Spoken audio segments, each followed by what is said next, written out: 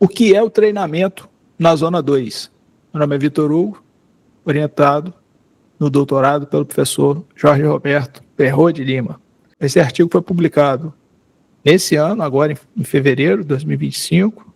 São 14 experts que se reuniram para construir um conhecimento a respeito do treinamento da Zona 2. Esse artigo foi publicado no International Journal Physiology and Performance, que tem a classificação do QALYS de A1, e na introdução do trabalho, eles trazem, que programas de treinamento bem-sucedidos em qualquer esporte envolvem a manipulação correta das variáveis de treinamento, frequência, intensidade e volume. E que pesquisas anteriores destacaram que o volume desempenha um papel fundamental na promoção dessas adaptações induzidas, das adaptações induzidas pelo treinamento de endurance, incluindo, mas não se limitando somente à biogênese mitocondrial. Nesse trecho eu lembrei muito que o Francisco comenta, que o volume é um ponto crucial para o desempenho dos atletas de endurance, E as evidências mostram que os atletas de endurance de classe mundial, em geral, e os ciclistas em particular, tendem a realizar grandes volumes de treinamento em baixas intensidades, normalmente definidas como abaixo do primeiro limiar, do limiar ou de lactato ou ventilatório 1. Além disso, há pouca pesquisa disponível para fazer distinções claras em relação ao impacto adaptativo de diferentes combinações prescritivas de intensidade e duração dentro dessa faixa de intensidade especificamente, que é a Zona 2. Então, apesar do crescente interesse em torno da importância do treinamento de alto volume e baixa intensidade para induzir as adaptações periféricas e centrais, há uma falta de consenso quanto à intensidade ideal para esse propósito. Esse artigo está sendo muito analisado, lido, discutido, primeiro por ser recente e depois por apontar questões muito práticas do dia a dia dos treinadores, no caso aqui, principalmente de ciclismo, que eles vão falar da Zona 2 voltada para o ciclismo, com 14 especialistas no treinamento desse ciclismo. Mas mesmo assim, a gente pode trazer para a corrida ou outros esportes, porque essa falta de consenso em relação ao treinamento, a intensidade ideal, ela é generalizada.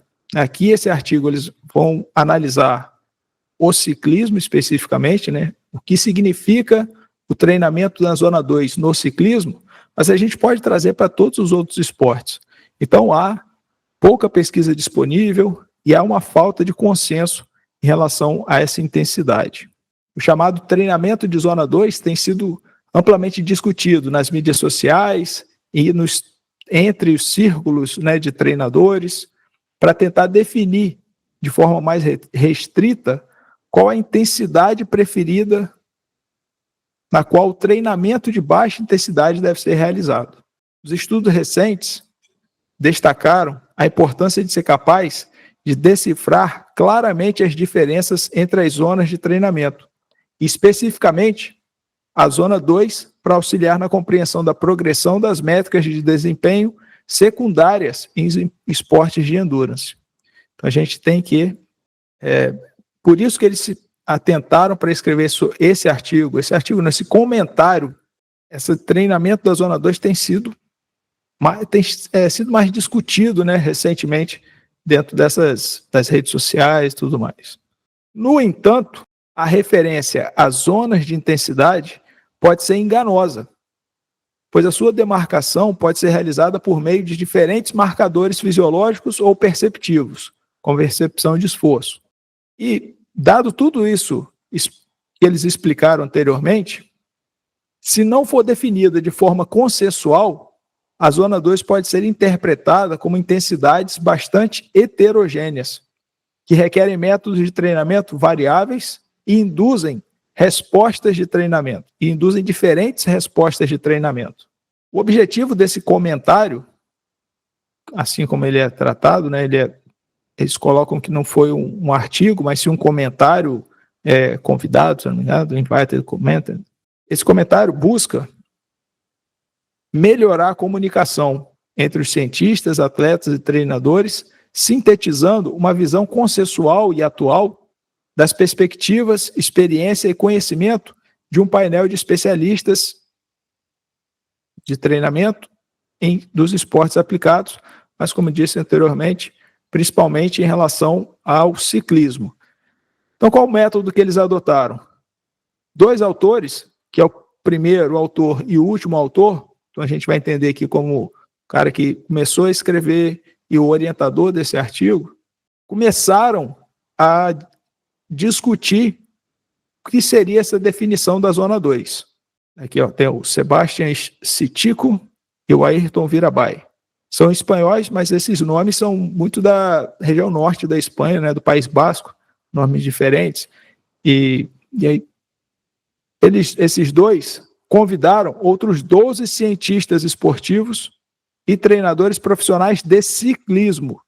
Eu acho muito importante a gente frisar bem e lembrar que ao longo desse artigo, comentário, nós vamos tratar de treinadores profissionais de ciclismo, porque ele é diferente, se você for analisar da natação, é diferente da corrida, é diferente do remo.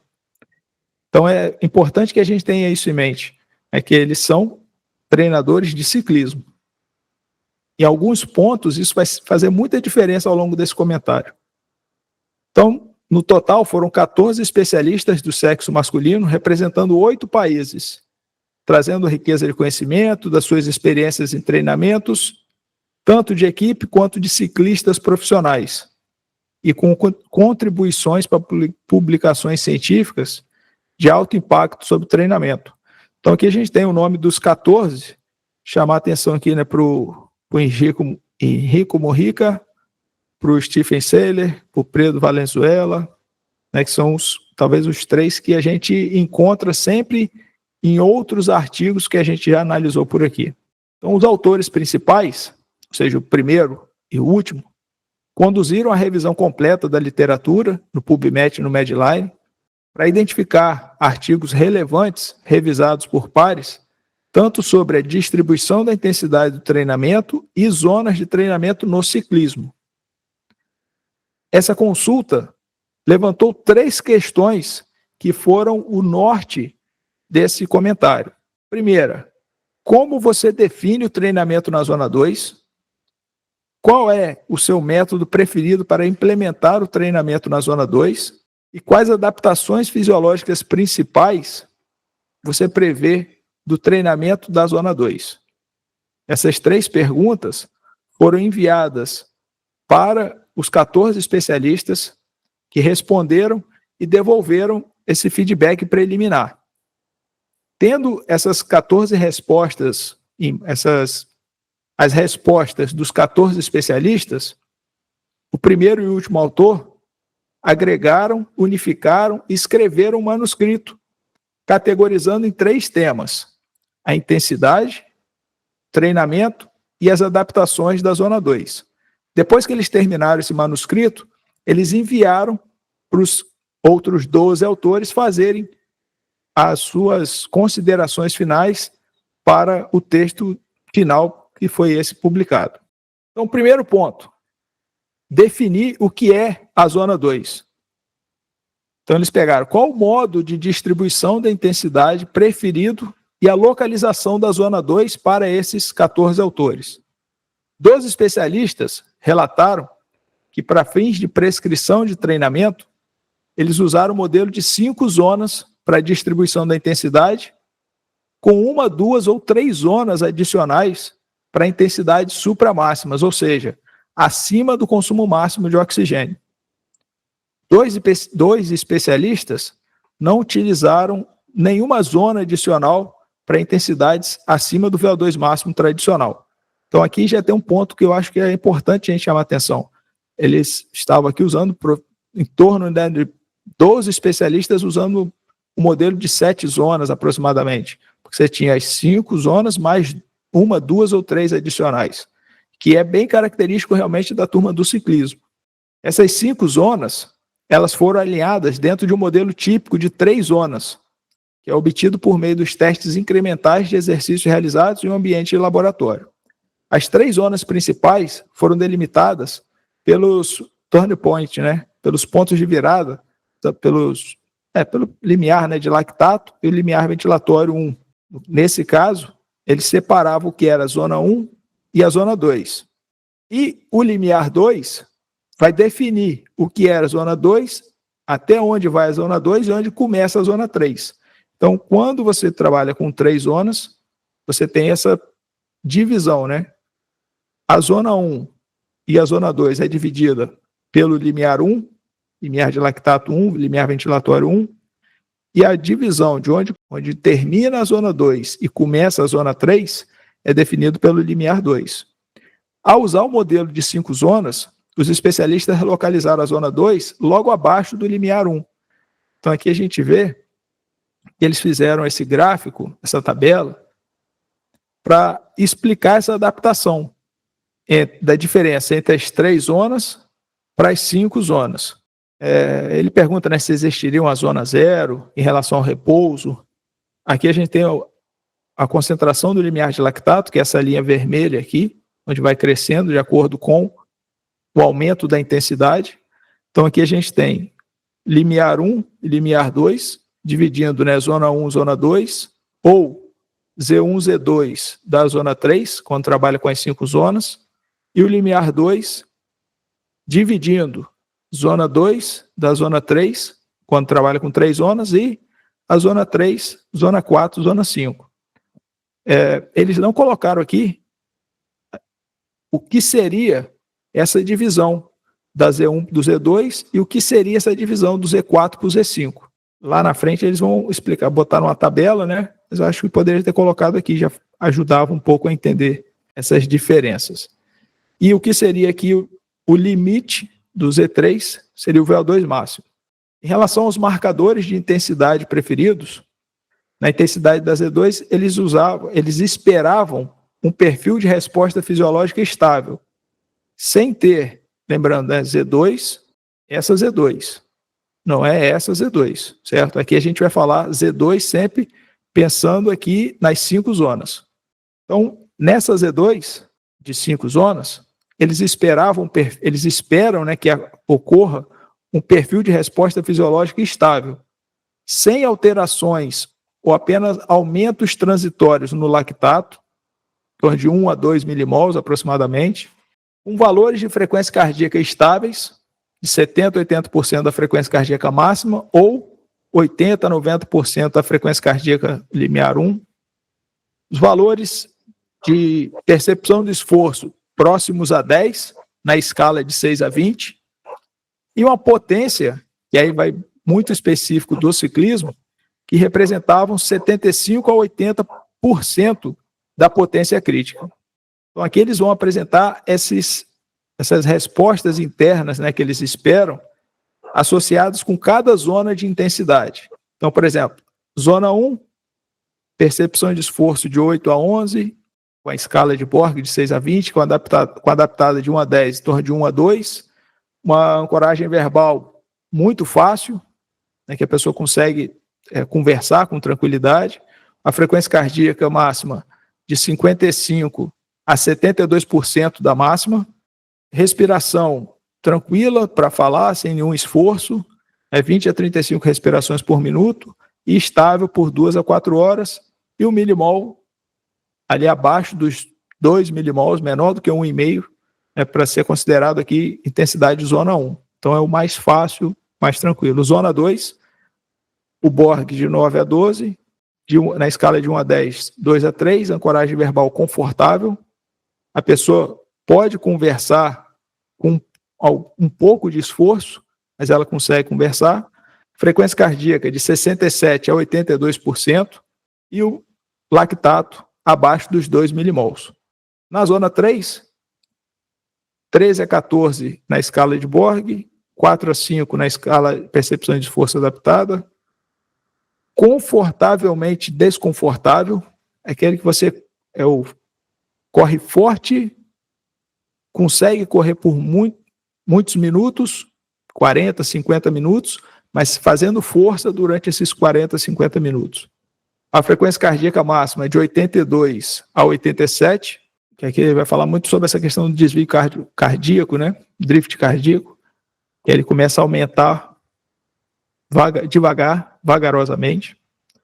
A pessoa pode falar pequenas frases, então ela já começa a ficar um pouco mais ofegante, ela não consegue conversar, assim como é na zona 1 ou na zona 2. Aqui na zona 3, ela já começa a falar e ter que respirar para continuar conversando.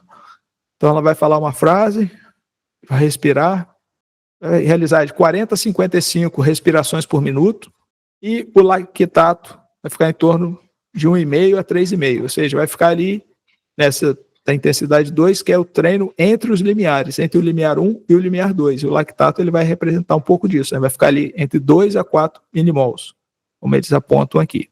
Na intensidade 4, o Borg de 15 a 16, na adaptada 6 a 7.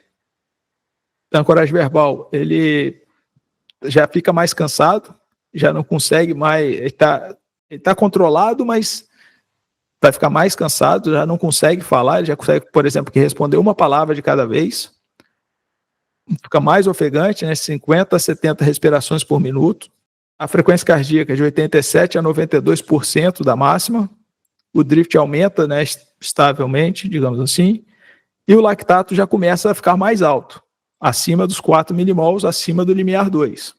Na zona 5, percepção de esforço de 17 a 20, na RPE de 8 a 10, já está muito mais forte e já não consegue, já não é confortável, né, já se sente talvez até um pouco de dor nessa situação, uma demanda muito alta. A frequência cardíaca vai chegar na sua máxima, realmente, 92 a 100%. Ele vai soletrando, não consegue conversar, né? Aqui ele já não consegue conversar mais nada, então ele fala soletrando e respirando, com uma frequência respiratória de 60 a 85 por minuto, e o lactato altamente variável pode ser de 6 até 14 milimols. E ainda falando sobre a definição da zona 2 e os marcadores de intensidade preferidos dos autores, eles destacaram a importância de monitorar tanto a frequência cardíaca quanto a percepção de esforço e, de preferência, ambas. Lembrando que são treinadores de ciclismo. Então, aqui em nenhum momento eles vão falar, por exemplo, sobre ritmo, sobre VO2 máximo, não aqui nesse aspecto. Até mesmo nessa tabela, eles não apontam nada em relação ao VO2 máximo, porque eles estão totalmente pensando no ciclismo. Então, vai ser sempre frequência cardíaca, percepção de esforço, lactato. Aqui, então, eles falam que seria muito interessante, preferencialmente, que a gente pudesse monitorar os dois marcadores de intensidade, a frequência cardíaca e a percepção de esforço. Principalmente quando as sessões de treinamento forem prescritas de acordo com a métrica de carga externa, como a potência, no caso do ciclismo. Dada a divergência entre cargas internas e externas, comumente observada durante longas sessões de treinamento, nas quais a fadiga mental e física, a desidratação, a depressão de glicogênio e outros fatores internos e externos podem resultar em um drift cardíaco, né, no desvio cardíaco, e desacoplamento entre a potência e a percepção de esforço. Portanto, a zona 2 foi definida como uma zona de treinamento de endurance de baixa intensidade, que normalmente é caracterizada por intensidades logo abaixo do limiar 1, e é uma das zonas fundamentais em estruturas de treinamento de endurance, seja no modelo de 5 ou de 7 zonas. E aí eu adicionei por minha conta, né? Lembrando que no modelo de 3 zonas seria o equivalente à zona 1, até 80% aproximadamente do VO2 máximo, lembrando sempre que é individual. Então, alguns atletas podem ficar próximos aos 75% e outros 82%, 83%. Ter uma zona 1, um limiar 1 mais alto em relação ao VO2 máximo. Treinamento na zona 2. Então, já definimos o que é a zona 2, agora vamos falar como que treina na zona 2. E eles apontaram que realizam 3 tipos, de 3 métodos de treinamento com a zona 2, que são os contínuos, os variados e os baseados em intervalo por natureza, os intervalados. Mas não para treinar o intervalado na zona 2, mas usar a zona 2 como a recuperação ativa do treinamento intervalado. Então, para simplificar, todos os métodos de treinamento foram aqui. Para simplificar, todos os métodos de treinamento propostos aqui se referem ao ciclismo, embora também possam ser aplicáveis a outros esportes de endurance com algumas modificações. Primeiro, métodos contínuos. Os especialistas destacaram que o método de treinamento preferido consistia em treinos longos, que eles apontaram como sendo acima de 2 horas, realizados numa intensidade baixa dentro da zona 2. A interação entre a produção de energia ou qualquer métrica de carga externa e tanto a frequência cardíaca e a percepção de esforço devem ser consideradas ao ajustar a intensidade das últimas partes de cada sessão. E por que isso? Porque se o desvio cardíaco ou a fadiga fizer com que a frequência cardíaca e a percepção de esforço aumente desproporcionalmente, a recomendação deles é manter a frequência cardíaca e a percepção de esforço dentro das faixas da zona 2, mesmo que isso exija uma redução na carga externa, ou seja, na potência, no ritmo e na velocidade.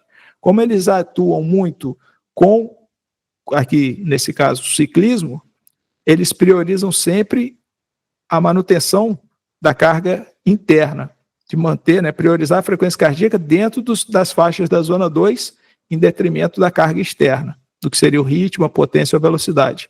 Ou seja, quando isso acontecer, de aumentar a frequência cardíaca e a percepção de esforço, aumentar desproporcionalmente, eles orientam a manter dentro da zona 2.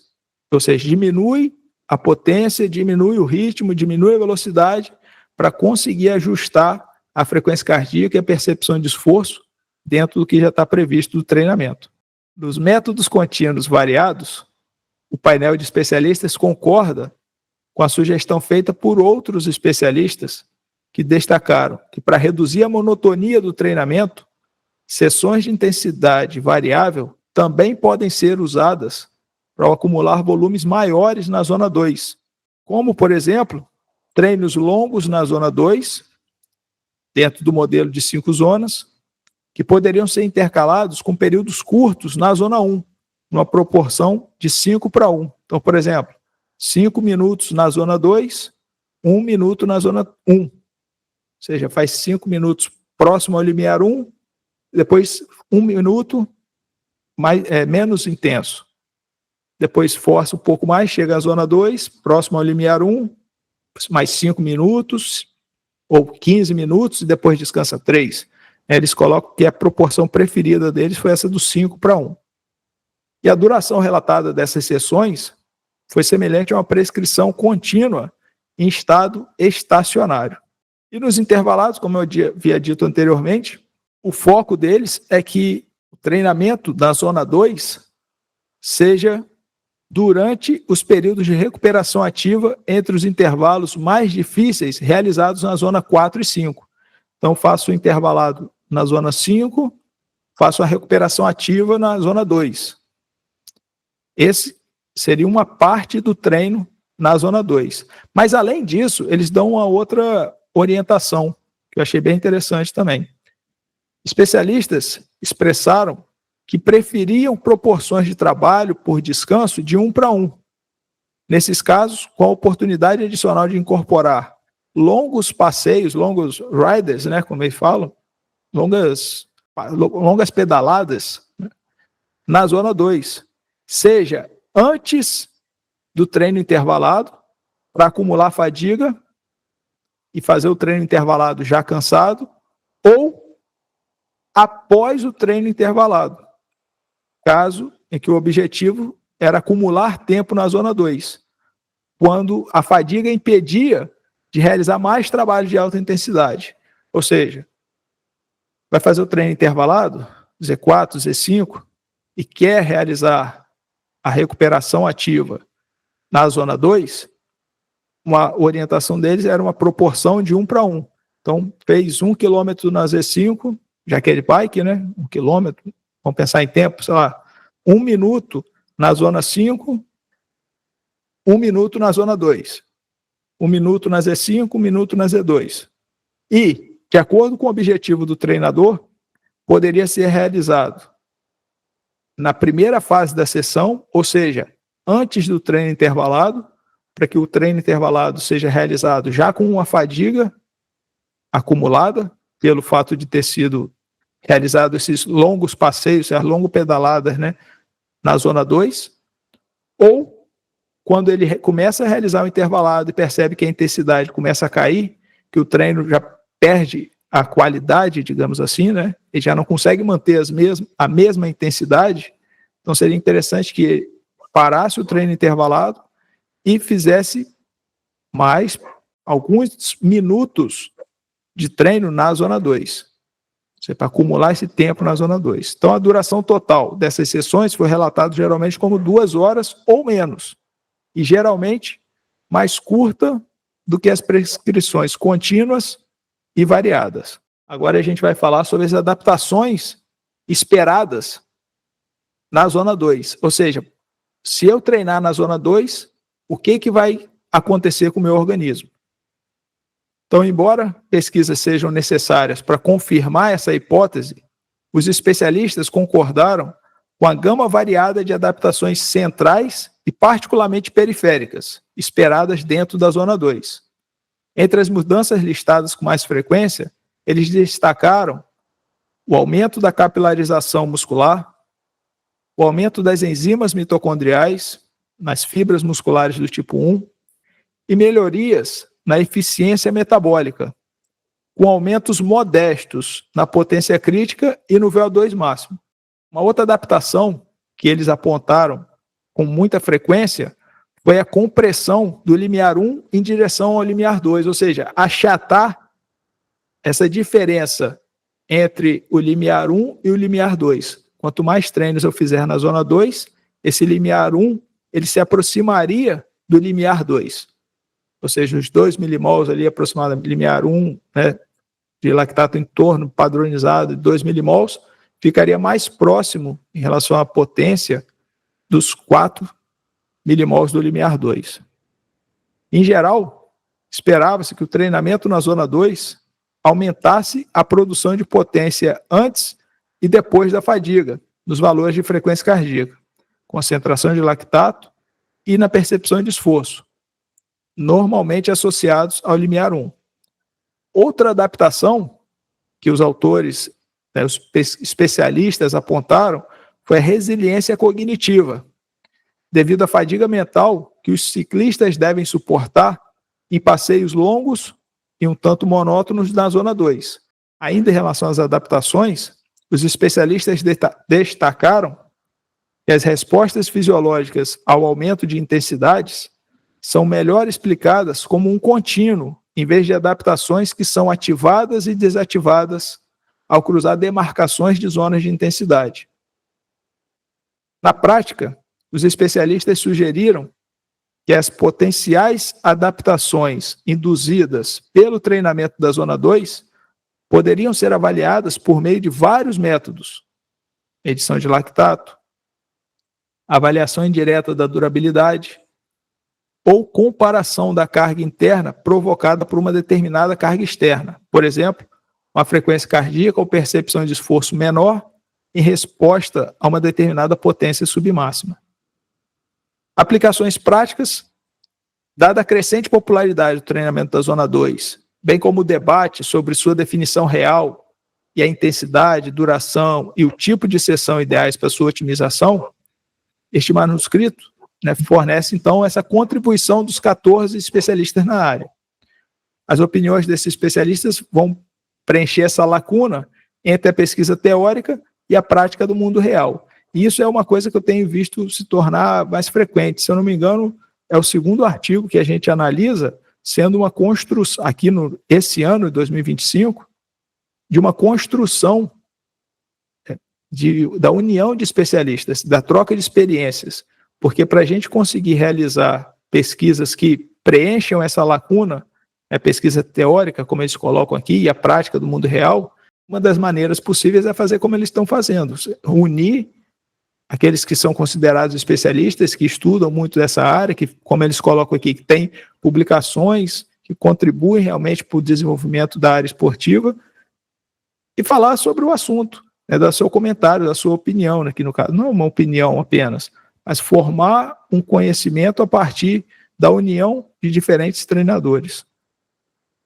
Então, as opiniões desses especialistas preenchem essa lacuna entre a pesquisa teórica e a prática do mundo real, oferecendo orientação para treinadores, cientistas e atletas que visam aprimorar sessões de treinamento de baixa intensidade.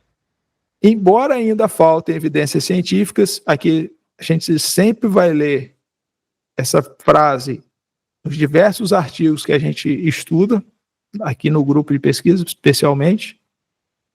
Esta declaração do consenso sugere que sessões contínuas realizadas imediatamente abaixo do limiar 1 e por durações superiores a 2 horas podem ser o método preferido para induzir uma ampla gama de adaptações centrais e periféricas associadas ao treinamento da zona 2.